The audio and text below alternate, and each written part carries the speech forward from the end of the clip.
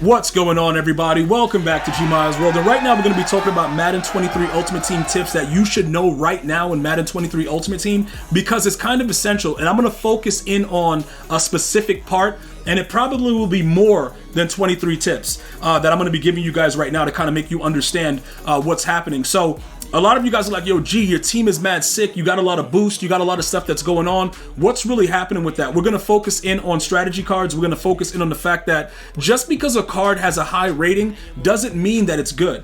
All right, those are some of the things we're going to tackle right away. And obviously, if you have any other questions or comments, you guys know you can leave it in the comment section. The community is very, very good with answering things as soon as you post it. I look through the comments and I'm just like, wow, you guys are really, really good. So for everybody that leaves a comment to help somebody else out, you guys are goated, and we appreciate you here at GmiasWorld. So number one, we're going to start off with the strategy. Okay, let me just focus in on the fact that the legendary cards versus some of the epic, it's been sort of a situation where some of you guys don't understand what's going on with this, and I kind of like I've explained it several different times, and what I'm going to do right now is just kind of let you understand, right? The legendary card, right? This legendary gold card, this is the highest level that they have right now. Okay, I use it on offense. And it adds all the things that you see right there. And then you see the arm, okay? Let it rip, right?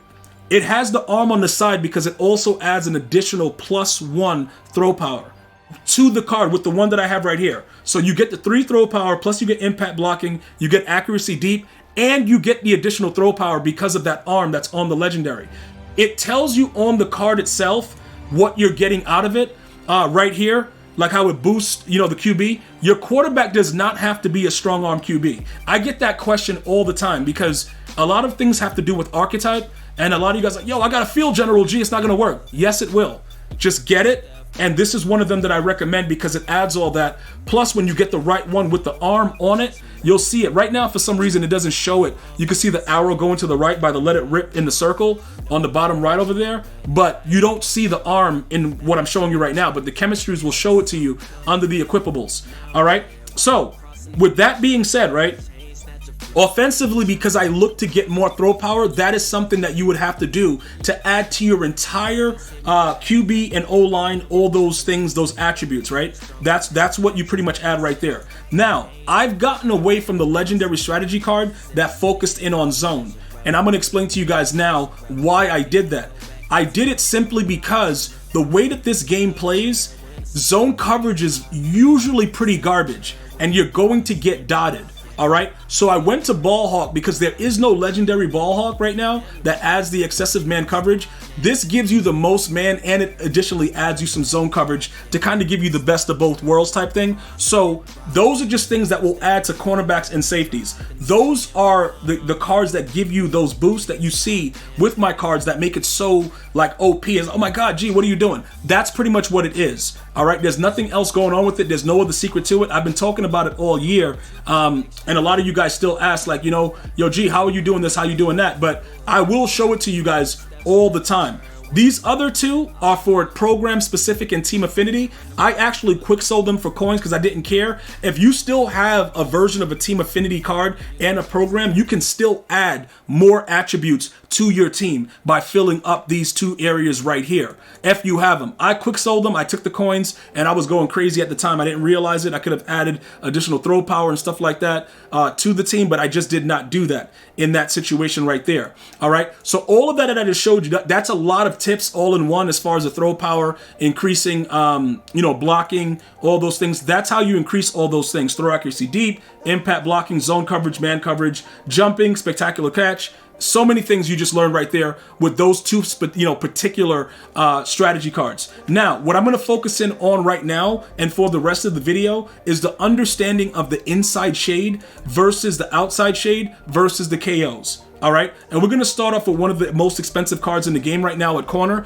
and I put out a video explaining to you guys why I thought this card was useless, and primarily it's because it's a man-to-man archetype that doesn't really get good KO abilities in their discounted slots.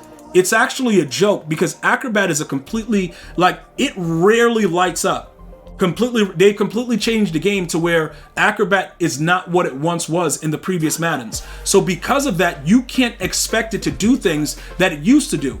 All of that stuff is done. So I want you guys to focus in on the fact that Pick Artist and Mid KO is better than having Inside Shade and Pick Artist. Okay, Inside Shade is a garbage ability because everybody went crazy with it and EA pretty much nerfed it. So whenever you see that, you can just throw right at them. Earlier in the year, because players were slower, we didn't realize how bad the ability actually was. You will be better off running a KO against players that run post, corners, ins, outs, whatever they're doing. You would be better off with KOs versus Inside Shade or Outside Shade. So in this situation, particularly, I want to get rid of Mike Haynes, and I'm going to end up probably going after another card that can get mid and deep for 2 AP, just like Cromartie, which I believe would be somebody like a Denzel Ward. All right, because the way the game plays, it's not necessary. I repeat, it is not necessary to run Inside Shade. I don't care what anybody says. I throw right at Inside Shades and dot it now because the players are so much faster. So your whole objective is to max out as many KOs as you can on each player that you're going to utilize in your scheme. So in my nickel, I need 4 players to have those specific type of abilities. I give mid KO to mid route to Sherman because he gets it as a discounted ability, and I give him Pick Artist because it makes me more comfortable, clicking on and picking the ball off in that regard. All right, so that's a major focus, and a lot of what I'm giving you right now defensively, I know you guys are gonna be like, wow, okay, cool, that's what it's all about. Also, for your D tackle, having double or nothing in most cases is not as good as having an inside stuff. Now, will he shed randomly? Yes, but it's not as good as you. It's just not as good as you guys think. All right. The best case scenario, although they will double team your inside stuff when it's only one of them. So if you play like a 3-3 or a dollar, they will double team your D tackle and render him useless. Okay? When that happens, you will have to use your user and run after the player yourself. But the inside stuff, although they can double team it, it's fine. Having it out there actually helps it. The double or nothing is a very, sometimes it'll work randomly. But for the most part of the game, it's just rendered useless. So I would recommend that on your middle, player. Even if you don't have anything else, the inside stuff will always come in handy in specific cases. All right, Relentless. I tried it out. I was trying to figure it out, and this is focusing on the D tackle particularly because when they get instant pressure, it's really wild.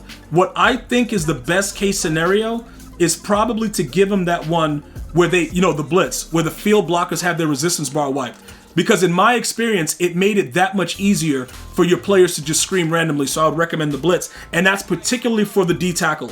Outside guy is completely different. I'm just giving you guys a bonus with this to let you guys understand like certain abilities and what you should be doing. The other abilities for X Factor's Unstoppable Force usually gets you quicker sheds, but the primary focus, and I know I covered it a lot, and we just focused on defense, run KOs over anything else.